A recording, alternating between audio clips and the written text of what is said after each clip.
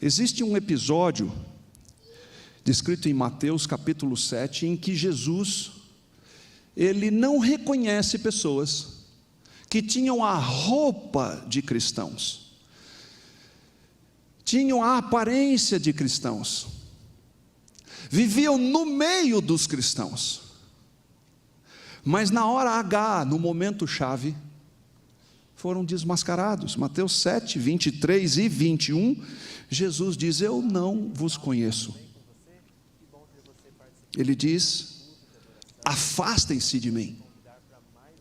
E nesse diálogo que está neste texto, você conhece o texto, aqueles que têm a pele do gorila, como eu ilustrei minutos atrás, eles dizem: mas nós agimos como gorilas. Estou brincando aqui no contexto da história que eu acabei de contar. Nós agimos como fazendo parte de uma categoria. Nós fizemos coisas em teu nome, inclusive. E Jesus diz: esta capa, esta aparência não importa para mim. Eu estive à sua frente para você demonstrar a essência do cristianismo, que deriva do Cristo, o Deus eterno. Mas nesta hora do teste, da prova, você falhou. É possível um cristão achar que é filho de Deus, quando na verdade pretende, engana, apenas age como se fosse. Nesta manhã eu quero discorrer com vocês sobre um teste que podemos aplicar na nossa igreja, mas essencialmente na nossa vida, para testar a nossa fé, a nossa integridade. Nós vamos ler dois textos básicos nestes próximos minutos. Um em Coríntios, 2 Coríntios capítulo 13, versículo 5. O apóstolo Paulo ressalta a importância de fazermos autoavaliação, testarmos a nós mesmos. 2 Coríntios capítulo 13, verso 5, diz assim: examinem a si mesmos, verifiquem se estão praticando o que afirmam crer, assim poderão ser aprovados. O apóstolo Paulo reconhece o que eu acabei de falar. Nem sempre o teste é agradável, nem sempre é confortável. Quando a gente se expõe ao scanner, a máquina de ressonância do espírito, como um paciente que vai ao consultório, ao laboratório, tira o seu sangue, faz o teste dos ingredientes, ou é exposto numa cirurgia, nem sempre é confortável. O teste às vezes revela a nossa condição vulnerável, destruída. E o teste aponta diagnósticos de tratamento que muitas vezes também são difíceis. Mas eu quero discorrer com vocês nos próximos minutos algumas maneiras de como podemos testar nossa fé, para ver como esta igreja pode se tornar melhor, como você e eu podemos crescer na fé. Vou dar alguns testes, eu poderia escolher outros, você mesmo pode encontrar outros na Bíblia. Eu selecionei alguns. Não quero ser excludente, dizer que o que eu selecionei é exatamente tudo aquilo que a Bíblia diz para avaliar um cristão. Alguns apenas. Primeiro teste é o teste do comprometimento. Estou eu cumprindo a minha palavra com Jesus? Teste o seu compromisso. Existe um texto bíblico, na verdade uma pequena história, que está no Evangelho de Mateus, capítulo 21. Não precisa abrir, você vai se lembrar da história. Jesus disse assim: certo homem tinha uma fazenda e uma tarefa para fazer. E ele tinha 2 filhos. Então ele disse para um dos seus filhos: eu preciso que você vai trabalhar comigo amanhã. E o filho disse: eu irei. Estamos juntos, sou seu filho, vamos trabalhar. E ele disse ao outro filho: eu preciso que você vá trabalhar comigo amanhã. E o outro filho disse: eu não posso ir, e não irei. O outro dia chegou, o filho que tinha dito eu irei, não foi. E o filho que disse eu não irei, não posso ir, foi. E Jesus pergunta para os seus discípulos: quem fez a vontade? Quem de fato está comprometido, mantendo o seu compromisso? E aí Jesus faz uma pergunta, uma acusação muito dura. Ele diz assim para os que estavam lhe ouvindo: eu afirmo a vocês que cobradores de impostos, ou seja, corruptos e prostitutas, pessoas moralmente devastadas, estão entrando no reino de Deus antes de vocês. João Batista veio mostrar o caminho. Estes pecadores, notem aqui, para a gente não se confundir, não que Jesus esteja dizendo os impostores e cobradores de impostos e as prostitutas, não que eles estejam fazendo o que é certo, mas eles compreenderam o que é fazer a vontade de Deus e aceitaram o chamado. O que Jesus está dizendo é: eles creram, se arrependeram, que é o último verso, e viveram. Creram, se arrependeram e praticaram. Ao contrário daqueles que dizem crer, dizem entender, mas não estão de fato comprometidos com Deus. Primeiro teste para você e para mim: eu estou de fato comprometido com a minha palavra, a que eu dei para o Senhor?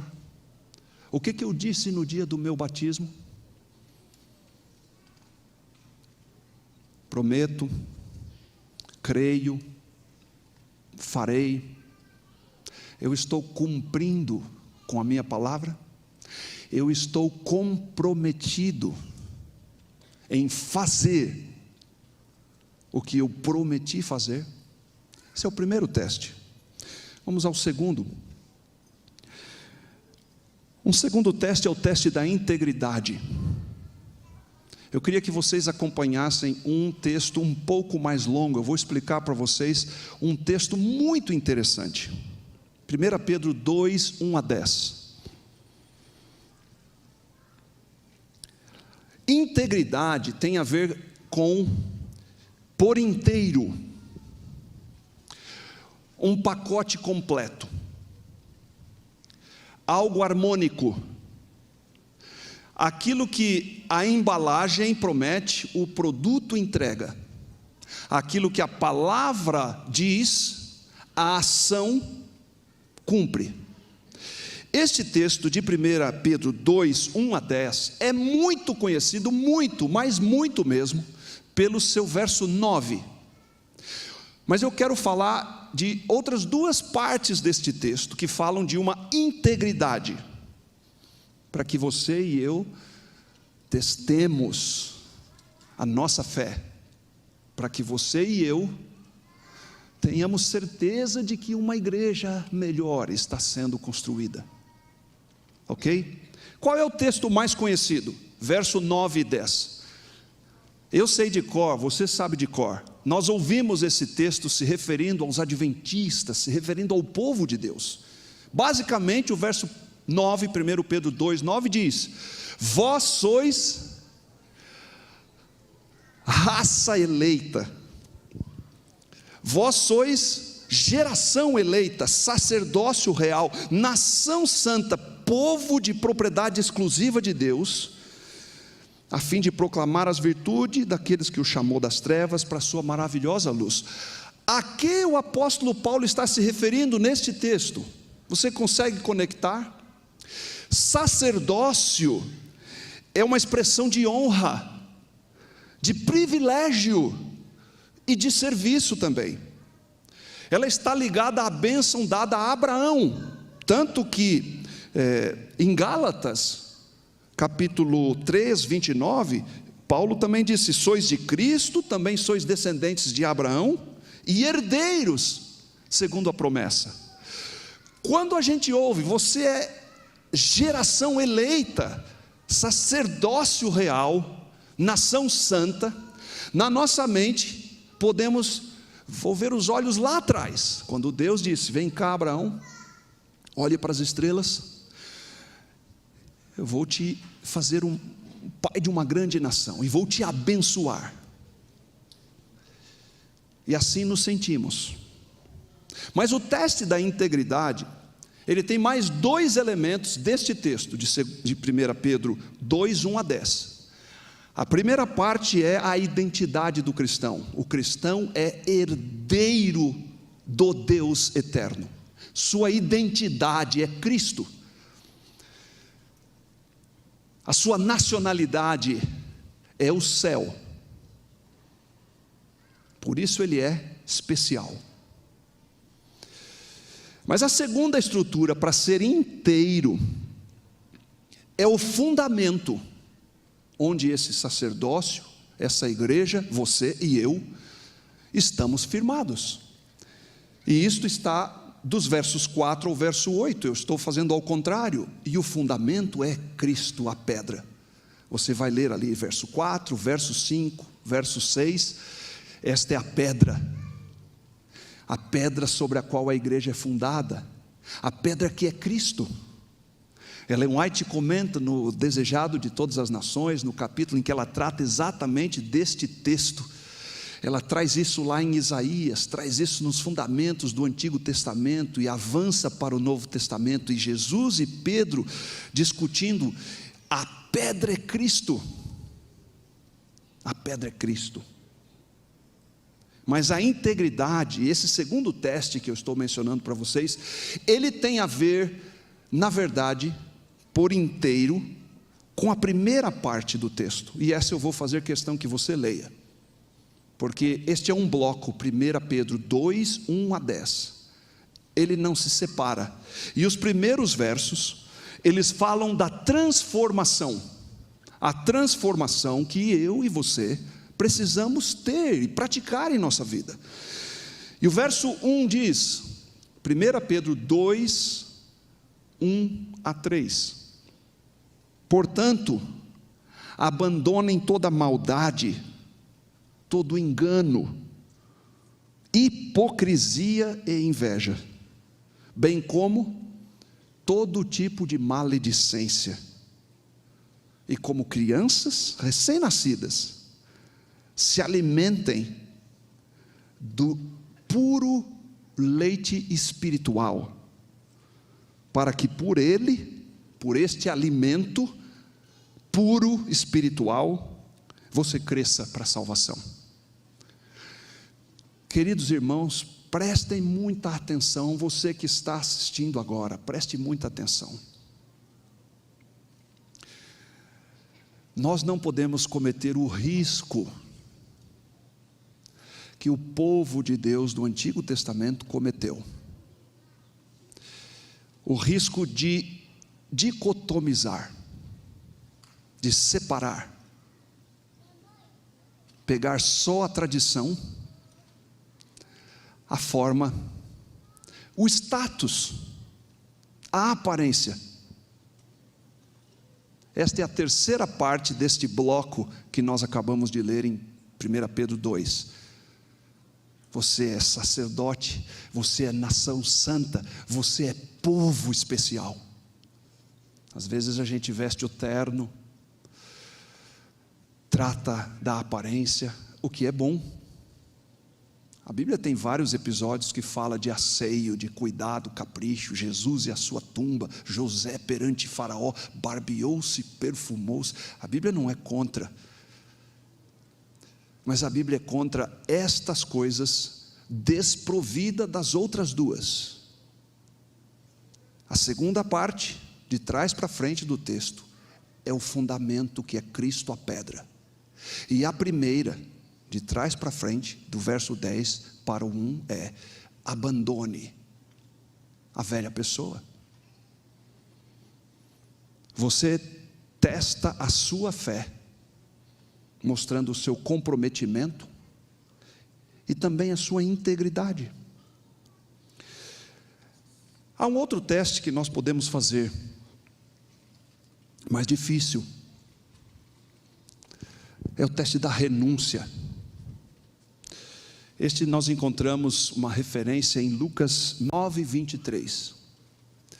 O evangelista diz, no episódio em que Jesus estava conversando com o jovem rico, naquele contexto: se alguém quer vir após mim, negue a si mesmo, dia a dia, toma a sua cruz e siga-me. Mais do que nunca, no contexto inclusive do que estamos falando nesta série, mais do que nunca se estabelece uma luta poderosa, forte, terrível, entre a concupiscência da carne lutando para combater os frutos do Espírito. Temos vontades, temos tentações, temos inclinações, desejos herdados e outros desenvolvidos, que crescem dentro de nós. Conforto, privilégio, acomodar, os vícios acariciados. É muito difícil renunciar. Mas eu pergunto: de que adianta ganhar esse mundo? Seguir a Jesus tem um custo. Em Mateus, Jesus disse também aos seus discípulos, aos mestres da lei: as raposas têm tocas, os passarinhos têm ninhos, mas o Filho do Homem nem sempre tem um lugar para repousar a cabeça. Eu e você não somos mais importantes para desejarmos para nós mais do que Cristo teve, ou uma vida de menos sacrifício do que Ele viveu. Um quarto teste que você pode fazer para testar sua fé é o teste da conversão. Pergunte: eu fui transformado por Jesus? 2 Coríntios 5:17 diz, você sabe de cor esse texto também: se alguém está em Cristo, nova criatura é. Eu separei nas minhas anotações uma tradução, a nova Bíblia Viva. Eu achei linda a forma como eles traduziram esse texto. Eu vou ler como eu anotei. Preste atenção. Quando alguém está em Cristo, torna-se uma pessoa totalmente nova por dentro. Já não é mais a mesma pessoa. As coisas antigas já passaram e teve início uma nova vida. Isso não é lindo? Nós estamos no NASP. O NASP é a maior instituição de ensino, tem o maior internato lá no campus Engenheiro Coelho, tem 1.300, quase 1.300 alunos. Na pandemia, 1.008 continuaram no internato, estudando pelo computador. Isso não é uma contradição maravilhosa? A prova de que o internato é mais do que um complemento ao estudo, ele é em si uma bênção. Eu já vivo há 29 anos no UNASP, incluindo os 4 anos de estudante de teologia, e tem um fato que é muito curioso. Às vezes o jovem chega no colégio e ele não sabe viver sozinho. Isso aconteceu comigo também.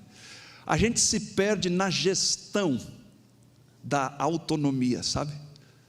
E o nosso quarto vira uma bagunça. Eu estou tentado a comentar umas coisas aqui, pastor Douglas, mas não convém, né? Lembrar do velho homem, estou falando aqui do novo homem. O quarto da gente às vezes fica uma bagunça, especialmente para aqueles que têm uma mãe muito caprichosa. E nós que vivemos nos colégios, né, a gente às vezes entra nos quartos que meu pai é uma bagunça. Uma vez aconteceu um fato comigo, né, eu era o gerente de marketing, e nessa função a gente recebe visitas e de todo tipo, e sempre mostra os quartos para as pessoas ver o internato, e entramos por acaso num quarto que não estava preparado. Tinha tudo que você pode imaginar fora do lugar. É claro que isso é desagradável, mas a gente compreende que é um processo. Como instituição, a gente não pode simplesmente agir tresloucadamente, sabe? A gente precisa ensinar. Mas sabe, neste quarto bagunçado, a mãe um dia resolve ir ao colégio. Uns meses depois, um semestre depois, e a mãe vai lá no quarto, ela pede autorização. Se é um moço, um rapaz, fica aquele som, né? Atenção, visitantes no dormitório, o pessoal se adaptar, às vezes está andando de toalha, indo para o banheiro, essas coisas de colégio. Olha, tem visita. E a mãe entra no quarto, fica umas 3, 4 horas ali, e arruma tudo novamente, põe as coisas em ordem, pega as roupas, vai à lavanderia, vai ao tanque, lava, seca, passa, pega os produtos de limpeza, limpa, higieniza, olha os livros, os cadernos, os materiais de uso pessoal, as roupas, os sapatos, o skate, a bicicleta, os aparelhos eletrônicos. Um turno, um dia, um período, e tudo é novo, tudo se organiza. Assim acontece quando o Espírito de Deus entra na nossa vida. Sabe aquela bagunça, aquela desordem?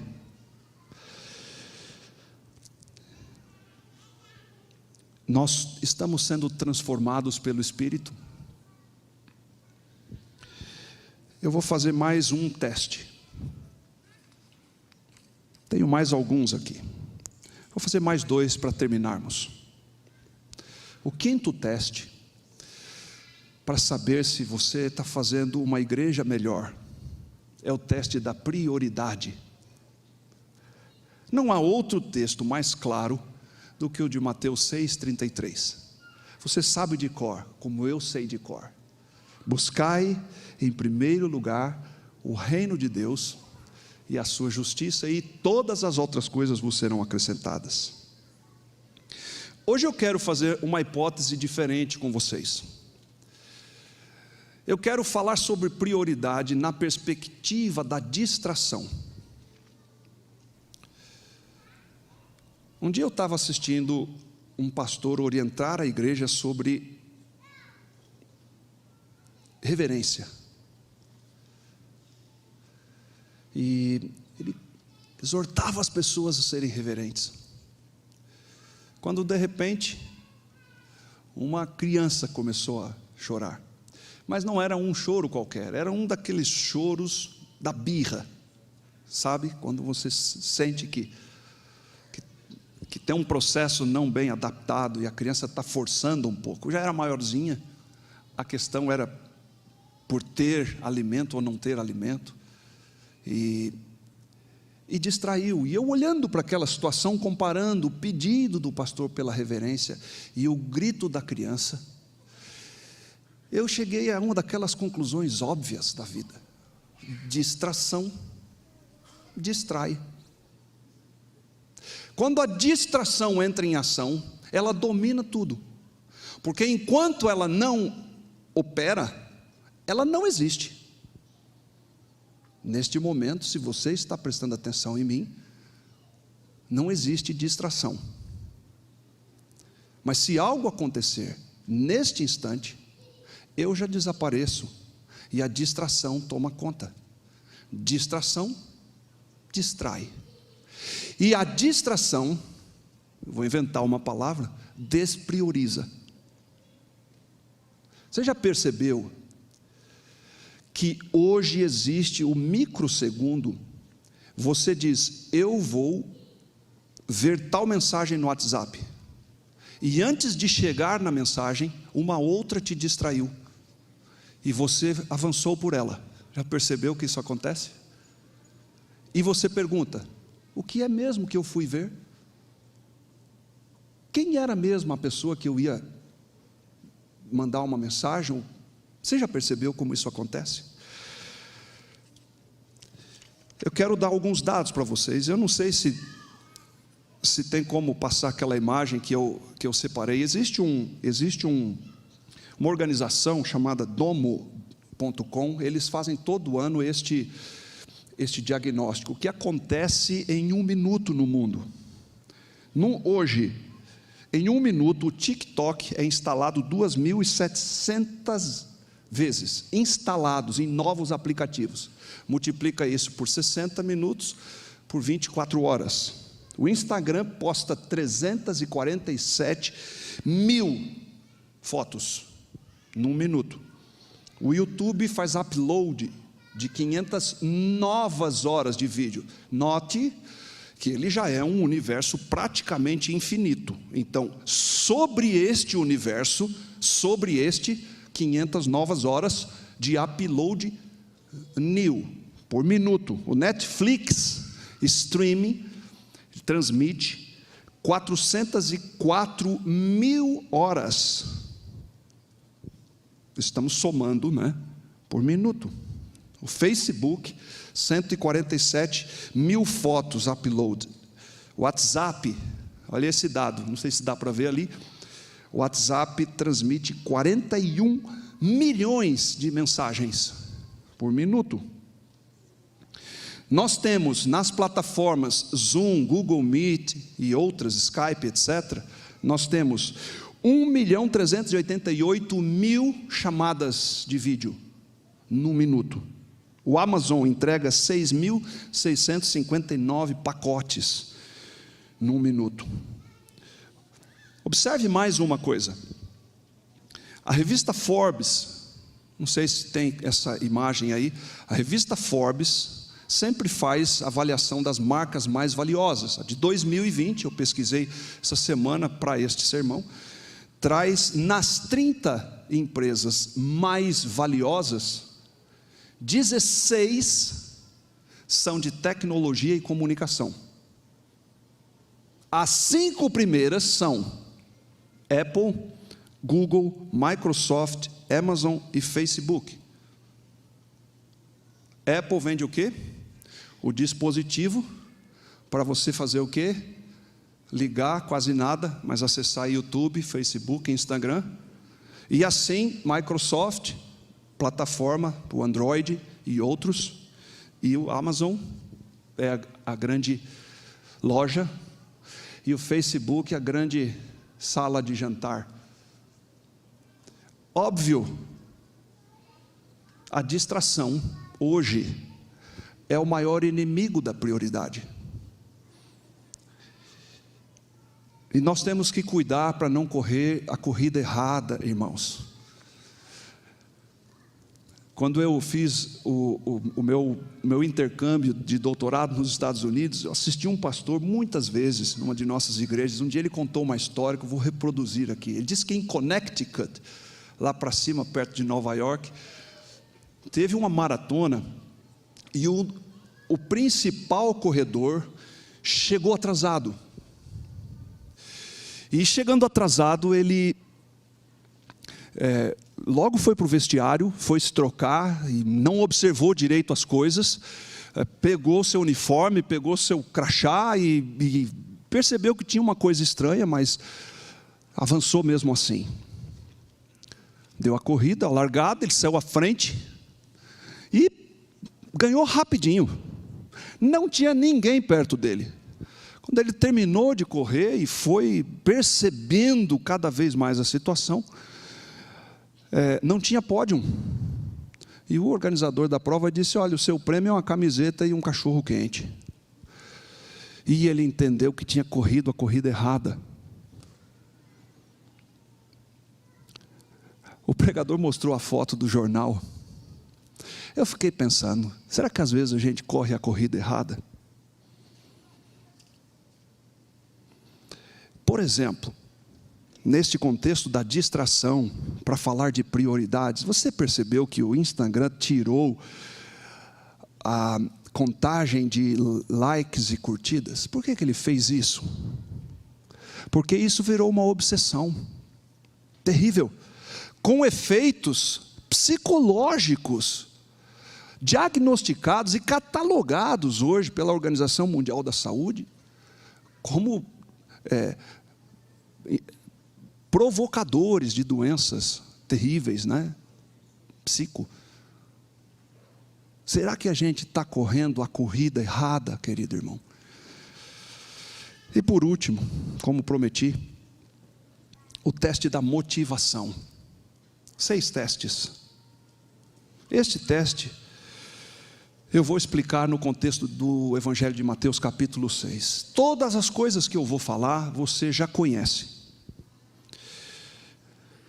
O verso 1 de Mateus diz assim: tenham cuidado para não praticar a sua vida religiosa em público com o objetivo de ser visto. Tenham cuidado. Se você agir assim, você não vai receber a recompensa que Deus está guardando para você. Interessante, note que no verso 1, ele fala que a vida exterior, essa prática para o público, para a audiência, que hoje você percebeu, né, o que eu acabei de falar, hoje é um sistema que nos enreda. Essa vida para a aparência, para o aplauso, não terá recompensa. Agora observe os 3 exemplos que seguem na sequência aqui. Mateus fala da caridade, de dar, e ele diz: olha, quando você vai dar alguma coisa, não fica contando, não fica tocando trombeta, porque quem faz desse jeito já tem a recompensa. Interessante, né? Depois ele fala sobre a oração. Lembram desse texto, irmãos? Você, quando orar, entra no seu quarto, fecha a sua porta, não fique como, os hipócritas, que vão pelas ruas e sinagogas, para todo mundo ver e tal. Você, quando orar, vai para o quarto e fecha a porta, porque aquele que fica lá, etc., ele já tem a recompensa. Você percebeu que no verso 1 diz: não terão recompensa. E no terceiro exemplo, ele fala do jejum. Se você está contrito, intercedendo, não fica com o rosto fechado, cabelo despenteado, cara de doente, fazendo aquela vitimização. Faça nada disso, porque as pessoas vêm para a gente, né, coitado, tal. Esse aplauso já é a recompensa. Mas Jesus disse que não há recompensa, porque o aplauso, a admiração, vamos transformar nas palavras atuais, o like, o compartilhamento, é a recompensa que não interessa, que não significa nada. A lógica de Deus para a oração é assim: vá para o quarto. O que é o quarto?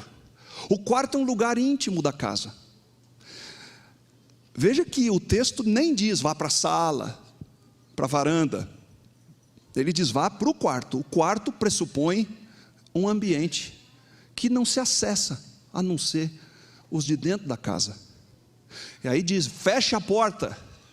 É mais um sinal de casa, um quarto, não é outro cômodo. E neste quarto, fecha a porta. E ore em segredo. Mas a lógica invertida dessa sociedade de distração, que altera a prioridade, é o contrário. Ela diz: conecte-se, publique suas angústias, suas frustrações, inunda o mundo com as suas decepções, com a sua frustração que se traduz em crítica, em ironia. Lembra lá atrás eu falei, acho que foi no segundo teste de 1 Pedro, abandone a maledicência.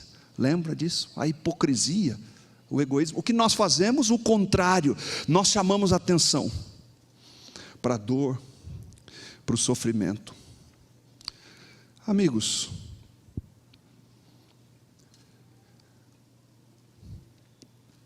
o apóstolo disse: examine, teste a vossa fé.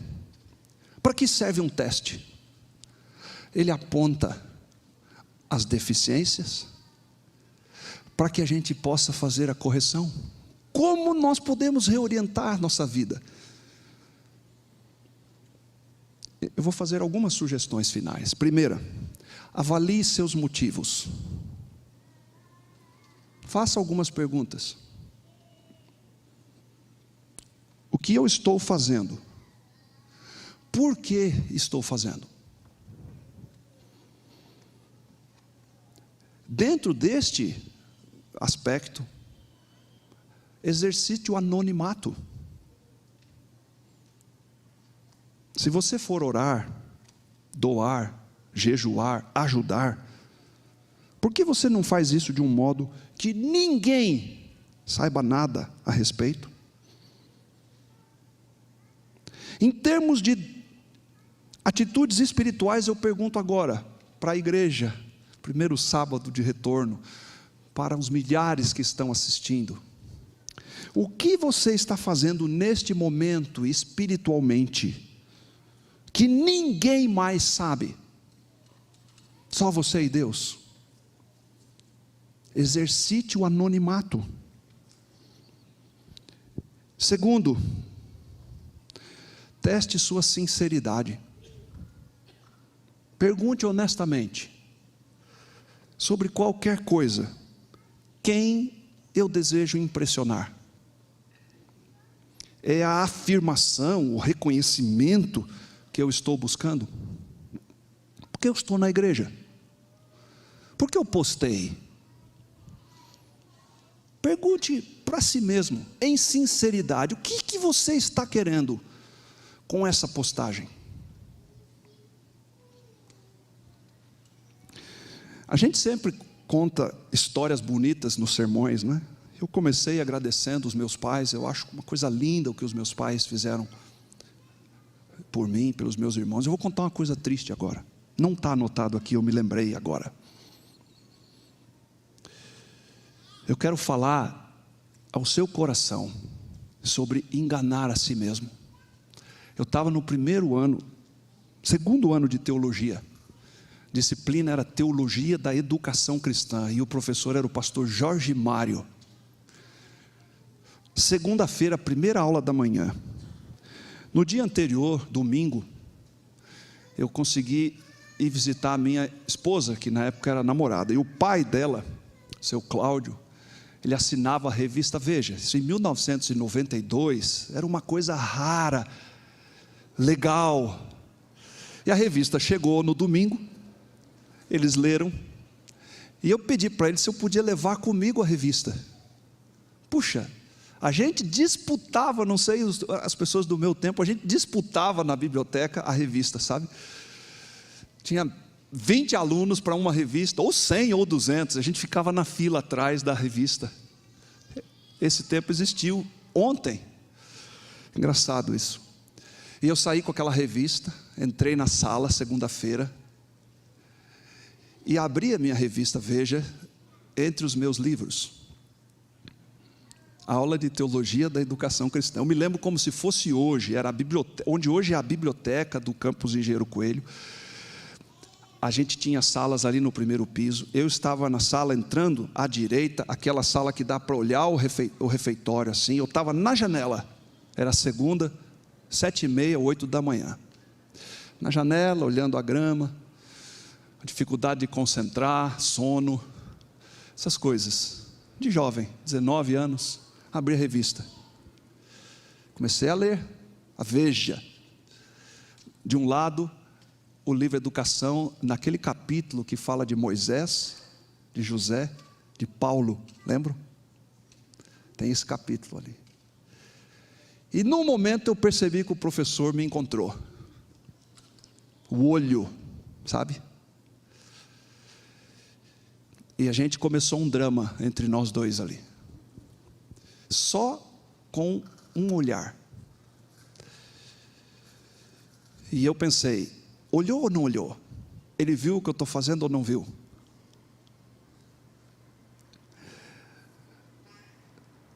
Aí ele se moveu de trás da mesa.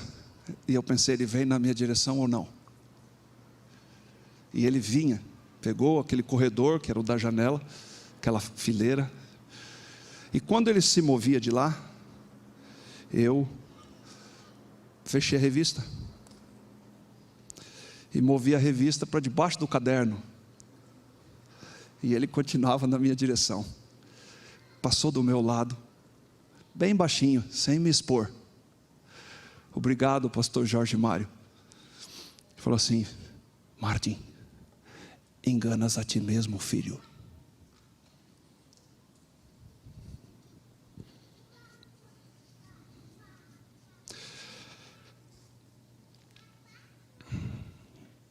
Exercite anonimato, teste a sua motivação.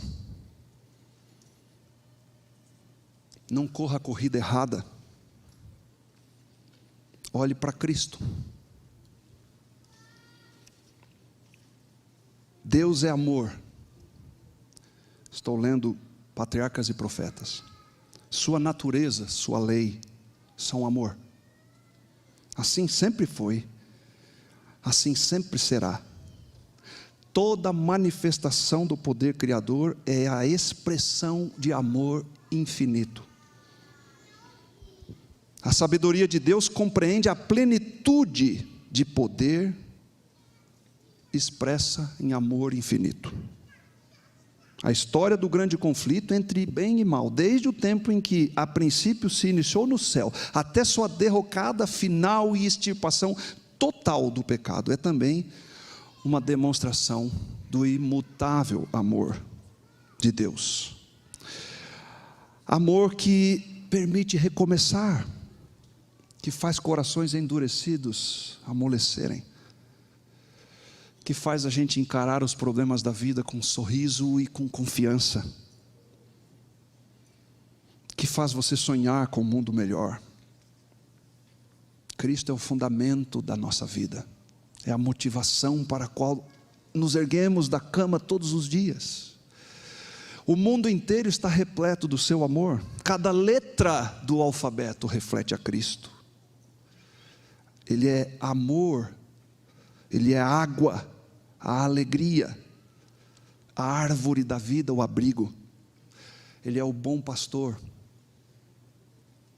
Ele é o bálsamo, Ele é o bem-aventurado, Ele é Cristo, a caridade, a casa, o Criador. Ele é a dádiva, o dom, Ele é Deus conosco. Ele é o escudo, a estrela da manhã, Emanuel, Filho de Deus, felicidade, fartura, fogo, o guia, o guarda, a glória, a graça. Cristo é herdeiro de todas as coisas, é homem, mas é imortal, invencível. Ele é Jesus, o justo juiz. Ele é a justiça nossa e a nossa justificação. É o querigma, a lâmpada, a luz, a lei, o lírio, o leão, o libertador. maravilhoso, o médico, magnífico, o Messias. Ele é o novo concerto, o Nazareno, ele é o Natal que se aproxima. Ele é o ômega, a oferta, o oprimido, o obediente. Cristo é o príncipe, o Pai da eternidade, o pão da vida, o pastor, a Páscoa, o profeta, a paz, o Pai. Ele é querido e é a quietude. Ele é o renovo, o Rei, o Redentor, a ressurreição, a redenção. Ele é o Senhor e Salvador, o sacrifício, o santo, o servo, a sentinela, o sol. Cristo é a testemunha, ele é o tesouro, o tabernáculo, o ungido, o único, o unigênito, a vitória, a verdade, a vida, o vento. Ele é o Shekinah da propiciação. É Yahvé, é Deus zeloso. Cristo lírio do vale, a rosa de Saron. Cristo é tudo. É em Cristo que nós somos uma igreja melhor. É em Cristo que nós somos pessoas melhores. Teste. Olhando para Cristo, você vai ser aprovado.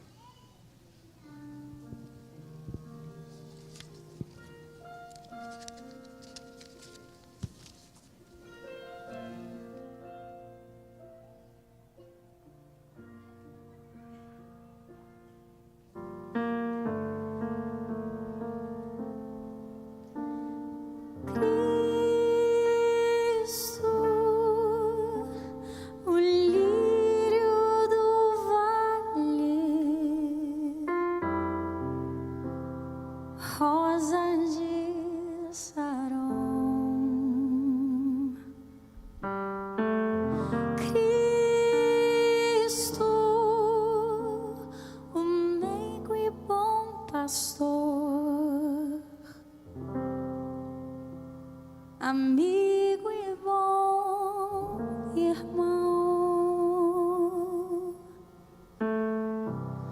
o Pai da eternidade, Cristo, o grande general, o Pai de amor eterno, Cristo, o vencedor.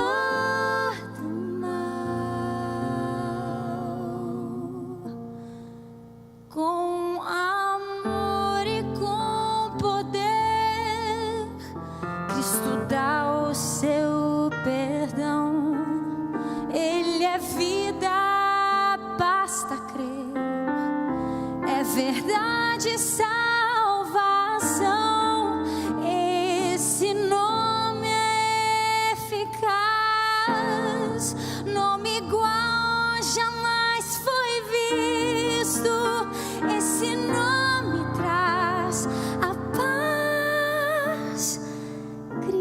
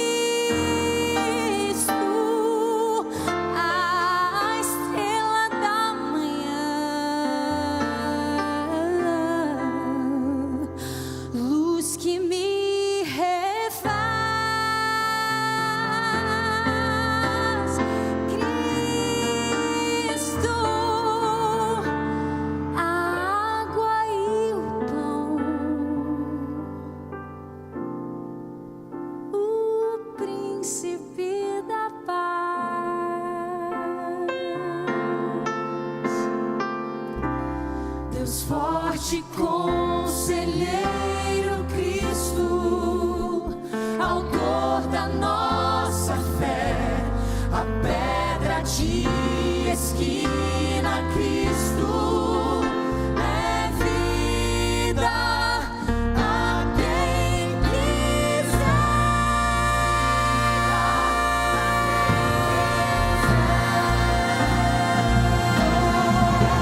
amor e com poder, Cristo dá o seu perdão.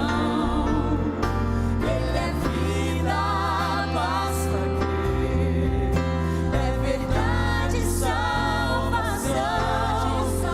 Esse nome é eficaz, como igual jamais foi visto. Esse nome traz a paz. Cristo, com amor e com poder, Cristo dá o seu perdão.